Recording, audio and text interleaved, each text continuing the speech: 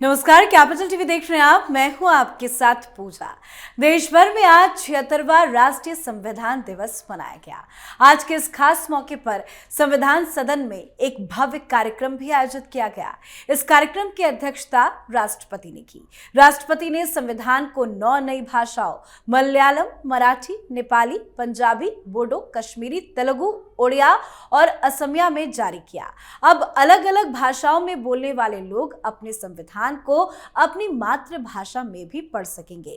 खास मौके पर राष्ट्रपति ने संविधान की प्रस्तावना भी पढ़ी और देश को संबोधित किया। तो वहीं पीएम मोदी ने देशवासियों को संबोधित करते हुए एक विस्तृत चिट्ठी भी लिखी। इस चिट्ठी में पीएम मोदी ने संविधान के प्रति श्रद्धा को लेकर अपने अनुभव को शेयर किया। पीएम मोदी ने पत्र में अपने राजनीतिक सफर को लेकर कहा कि हमारे संविधान की ताकत है जिसने मुझ जैसे व्यक्ति को, जो एक साधारण और आर्थिक रूप से पिछड़े परिवार से है, उसे प्रधानमंत्री तक बनाया गया। तो वहीं राहुल गांधी जो मंचों पर संविधान की किताब लहराकर भाषण देते हैं, लेकिन आज संविधान दिवस के मंच पर उनकी हरकतों ने बता दिया कि संविधान उनके लिए सिर्फ एक राजनीति का औजार है। तो आज संविधान दिवस पर ही चर्चा करेंगे। मेरे साथ स्टूडियो में मौजूद हैं कैपिटल टीवी के editor in chief doctor Manish Kumar. Doctor साहब, बहुत बहुत स्वागत है आपका। धन्यवाद। सर, आज पीएम मोदी ने पत्र भी लिखा, भव्य कार्यक्रम का भी आयोजन हुआ और ये बता दिया कि संविधान की कितनी ताकत होती है, लेकिन राहुल गांधी जो हर मंचों पर संविधान लेकर घूमते हैं, उसी की धज्जियां उड़ा रहे हैं। देखिए, राहुल गांधी इसी संविधान के प्रोडक्ट हैं। प्रधानमंत्री मोदी ने अपनी आस्था दिखाई और ये बताया कि संविधान की ताकत की वजह से ही वो जिस बैकग्राउंड से आए और प्रधानमंत्री बन गए, इसमें कोई डाउट नहीं है कि हिंदुस्तान का जो संविधान है दुनिया का सबसे बड़ा रिटन कॉन्स्टिट्यूशन है और ये पूरी दुनिया को गाइड करने वाला एक ऐसा संविधान है कि जिससे पूरी दुनिया सीख लेती है। मैं आऊंगा उसके ऊपर और ये भी मैं आपको बता दूं कि इसमें कोई बहुत सारी चीजें वो इंडियन नहीं है। उस समय के ब्रिलियंट माइंड्स ने दुनिया भर के बेस्ट चीजों को, बेस्ट प्रैक्टिसेस को इसमें उद्धृत किया।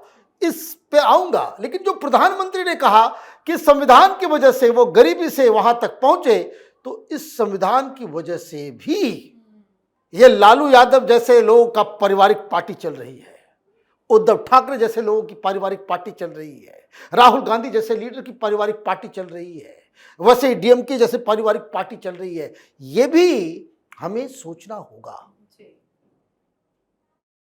संविधान है ये, गीता कुरान नहीं है, बाइबल नहीं है कि जिसे बदला नहीं जा सकता। आज कुछ समाज जिसका चाल चरित्र सब बदला नहीं, समय के साथ वो नहीं बदला, तो वहां कई सारी समस्याएं आप देख रहे हैं, है ना। जैसे इस्लामिक सोसाइटीज के अंदर बहुत सारी समस्याएं आ रही है। They are not able to cope up with the modernity. समय के साथ साथ वो अपने आप को एडजस्ट ही नहीं कर पा रहे हैं और इसलिए आप देखिए कहीं कोई खुद को हमलावर बन जा रहा है, कोई कुछ बन जा रहा है। इट इज ऑल बिकॉज कि आप समय के साथ साथ आगे नहीं बढ़े। ये बातें मैं इसलिए कह रहा हूं क्योंकि एक खतरा नजर आ रहा है कि संविधान को हिंदुस्तान में वैसे ही पेश करने की कोशिश की जा रही है कि जैसे ये कि आखिरी ग्रंथ है। ना जी, ये नहीं है। ये कोई संविधान को बदलेगा, छेड़ेगा तो सबसे आगे मैं रहूंगा, है ना। संविधान की कसम खाने वाले लोग सब, है ना भाई। इतना ड्रामा जरूरी नहीं है ना।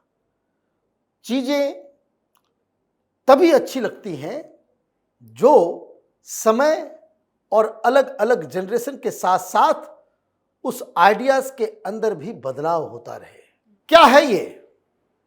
बहुत सारे संविधान को लेकर, पता नहीं आज बाबा साहब अंबेडकर को लेकर के भी बहुत सारा जो, देखिए मैं एक बात कह दूं, अगर ये संविधान नहीं होता तो आज भारत एक नहीं होता। दुनिया भर के लोग, जिस समय भारत को आज़ादी मिली तो तमाम पॉलिटिकल साइंटिस्ट और जो लोग हिंदुस्तान के जो जानकार थे सब यही कहते थे इस 10 साल में ये टूट जाएगा, 10 साल में बिखर जाएगा। भाई 75 साल में यूएसएसआर बिखर गया ना। क्यों बिखरा, कैसे बिखरा, वो कारण है। लेकिन हिंदुस्तान जैसे, इसको कह सकते हैं कि इतना ज़्यादा माने विविधता के साथ हिंदुस्तान बिल्कुल फेविकोल के जोड़ की तरह वो एकजुट रहा, it is because we had that kind of constitution. Constitution का मतलब होता है कि कॉन्स्टिट्यूशन के द्वारा जो प्रोसीजर, जो लॉज, जो इंस्टीट्यूशंस जो बनते हैं वो कितने कारगर हैं।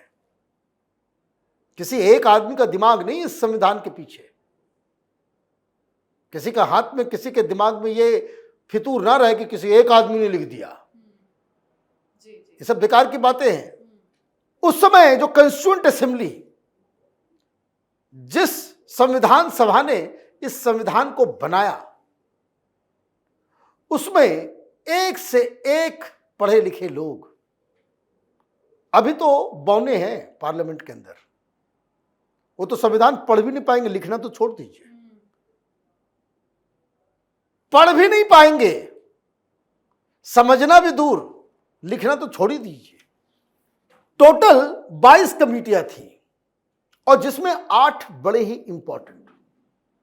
ये मैं इसलिए कह रहा हूं, ये अच्छी चीज है, प्रधानमंत्री ने संविधान दिवस मनाया। सब लोगों को पढ़ना चाहिए, समझना चाहिए, ताकि आप संविधान को समझ के रखेंगे, कैसे संविधान लिखा गया, क्यों लिखा गया, क्या हुआ। मैं ये नहीं कहता भाई कॉन्स्टिट्यूएंट असेंबली डिबेट्स जो जाकर के पढ़िए, हम लोगों ने पॉलिटिकल साइंस की पढ़ाई की है तो हम लोगों ने उसको पढ़ा है, देखा है, समझा है।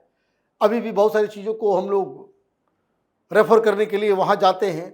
लेकिन संविधान और उसके प्रावधानों के बारे में जानने से, और कम से कम एक बेर मिनिमम, और ये हर स्कूल के बच्चों को पढ़ाया जाए। इस तरह से नहीं जिस तरह से एनसीईआरटी की किताब लिखी हुई है कि लोग जो सिविक्स पढ़ते ही जो है हेडेक होने लगता है, लोग जो है छोड़ देते, क्या ये क्या है। कहानी के हिसाब से आप इन सब चीज़ों को बताएं। तो 8 कमिटी, देखिए वहाँ पे कॉन्स्टिट्यूएंट असेंबली में सारे लोग, जैसे अभी विधान सांसद है, संसद है, पार्लियामेंट है, उसी तरीके से संविधान सभा बनाई गई। उसके अध्यक्ष डॉक्टर राजेंद्र प्रसाद थे और सारी चीजें हो रही थी। अलग अलग कमिटीज थी। 8 कमिटी में यूनियन पावर कमिटी, और चेयरमैन इसके थे Jawaharlal Nehru. Union constitution committee, उसके चेयरमैन थे Jawaharlal Nehru. Provincial constitution committee Sardar Vallabhbhai Patel. अब ये समझिए कि कमिटी क्या है। सरकार हमारा 2 स्तर पे है, एक राज्य में सरकार है और एक केंद्र में सरकार है, ठीक। तो यूनियन गवर्नमेंट के पास क्या क्या पावर होगा, वो क्या प्रारूप उसका होना चाहिए, उसकी नियमावली क्या होनी चाहिए, उसमें क्या क्या चीज सेंटर के पास होना चाहिए, ये सारी चीजों के बारे में जो कानून बनाया गया, संविधान में जो दिया गया, वो जवाहरलाल नेहरू के नेतृत्व में हुआ। अब दूसरा हिस्सा क्या है गवर्नेंस का, राज्य में भी सरकारें हैं, तो राज्यों के पास कैसा पावर होगा, राज्य में क्या होगा, ये कमिटी वो भी तय कर रही थी। न सिर्फ केंद्र के अधिकारों का, बल्कि राज्य सरकार में भी क्या अधिकार होगा, नहीं होगा, वो भी तय करना था। लेकिन वो किसके पास था, वो सरदार वल्लभ भाई पटेल कर रहे थे कि क्या क्या प्रावधान होना चाहिए।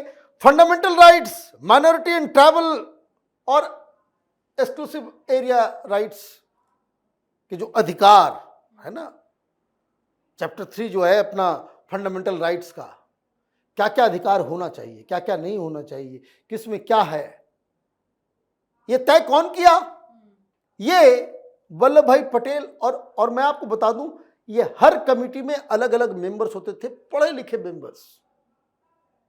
There was no dearth of talent.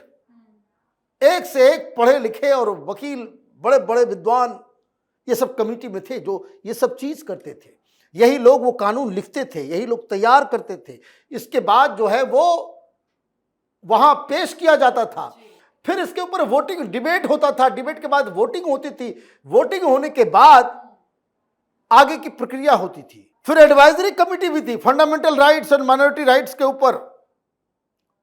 फिर रूल्स एंड प्रोसीजर कमेटी, ये डॉक्टर राजेंद्र प्रसाद, कि क्या चीज कैसे पास होगा, कैसे क्या होगा, किस रूल प्रोसीजर क्या होगा, वो तय करने के लिए जब डॉक्टर राजेंद्र प्रसाद।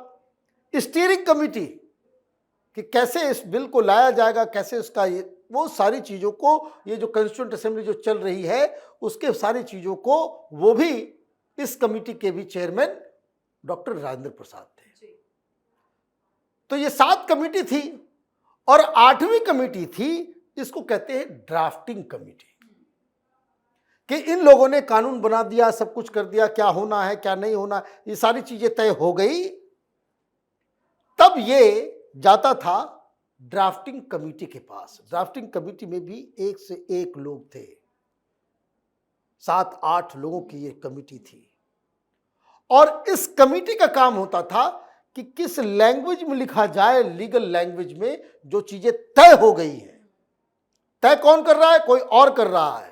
कमेटी कानून वो सब अलग बन रहा है, और वो कॉन्स्टिट्यूएंट असेंबली में पास होने के बाद उसका लैंग्वेज क्या होना चाहिए, कैसे उसको ड्राफ्ट किया जाए, है ना। तो वो ड्राफ्ट करने का काम ड्राफ्टिंग कमेटी करती थी, और जिसके चीफ थे डॉक्टर B.R. अम्बेडकर।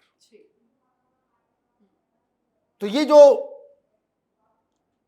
कहा जाता है कि भाई उन्होंने दिया, सभी ने दिया, सभी ने दिया।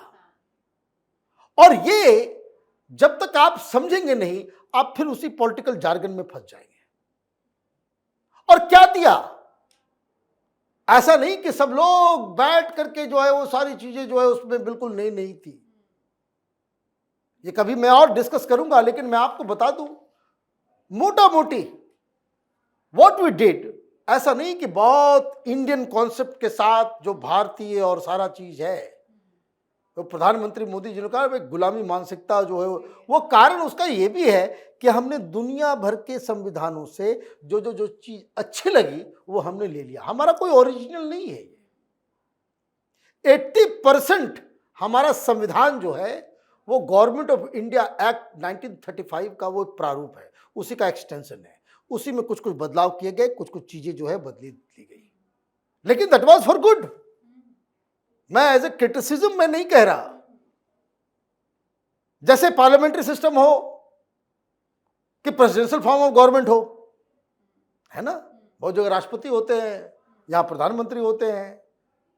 तो किस तरह का हो, तो हमने यूके से लिया, कलेक्टिव रिस्पॉन्सिबिलिटी का कॉन्सेप्ट वहां से लिया, रूल ऑफ लॉ हमने वहां से लिया, ऑफिस ऑफ स्पीकर होगा वो हमने लिया, बाय कैमरल लेजिस्लेचर, 2 सदन, राज्यसभा भी है, लोकसभा भी है, वहां भी है House of Lords, House of Commons, है ना।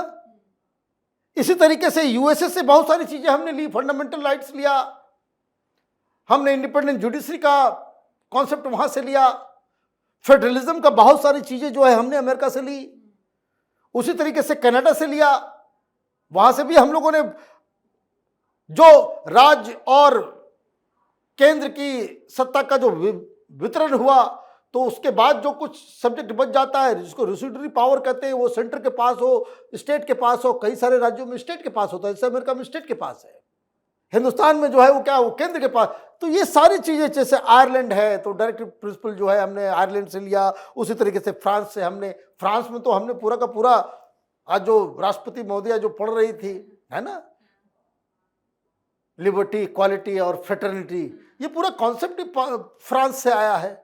फिर जर्मनी से हमने इमरजेंसी पावर ली, ऑस्ट्रेलिया से कंकरेंट लिस्ट हमने लिया, ज्वाइंट सिटिंग ऑफ पार्लियामेंट लिया, यूएसएसआर से fundamental duty, socialist principle, 5 year plan, South Africa से जो अमेंडमेंट करने का जो तरीका, मतलब आप क्या can go on and on and on. तो उस समय के लोगों ने जो दुनिया के जो बेस्ट प्रैक्टिसेस थे, समय के साथ उस समय के मुताबिक और भविष्य में क्या प्रारूप हो सकता है उसके मुताबिक उस समय के महापुरुषों ने ये संविधान बनाया। 75 साल के बाद भी, 100 साल के बाद भी अगर हम ये कहें कि नहीं ये जो है बस वही है, तो वो दिक्कत होगा। समय के साथ साथ बदलना, समय के साथ साथ, और इसको इस तरीके से नहीं कलेजे से लगा के रखना। अरे कोई उसमें बदलाव करने की कोशिश कर रहा है तो ओ माय गॉड, हमारे अधिकारों को छीना जाएगा ना। कैसे बदलना है यह भी इस संविधान के अंदर ही लिखा हुआ है। अधिकार कोई छीनने नहीं जा रहा है, बदलाव अधिकार को और बेहतर करने के लिए हो।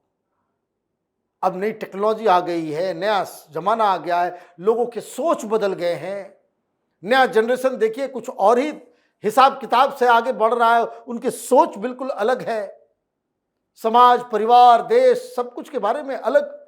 तो उसी हिसाब से हमारा संविधान इसी तरीके से डायनेमिक होता रहे, उसमें बदलाव होता रहे, वो भारत के लिए सबसे बेहतर होगा। बिल्कुल सर, बहुत बहुत धन्यवाद समझाने के लिए। धन्यवाद। तो विपक्ष तो हमेशा संविधान खतरे में है का राग अलापता रहता है। राहुल गांधी ने आज कहा कि देश के संविधान पर होने वाले किसी भी प्रहार के सामने वो सबसे आगे खड़े रहेंगे, पर राहुल गांधी खुद संविधान की धज्जियां उड़ाते हैं, संविधान का अपमान करते हैं। आज संविधान दिवस ने साफ कर दिया है कि ये देश उन्हीं के हाथों में सुरक्षित है जो संविधान को पढ़ते नहीं जीते हैं। तो आप भी अपनी राय कमेंट करके लिखिएगा। देखते रहिए कैपिटल टीवी। नमस्कार।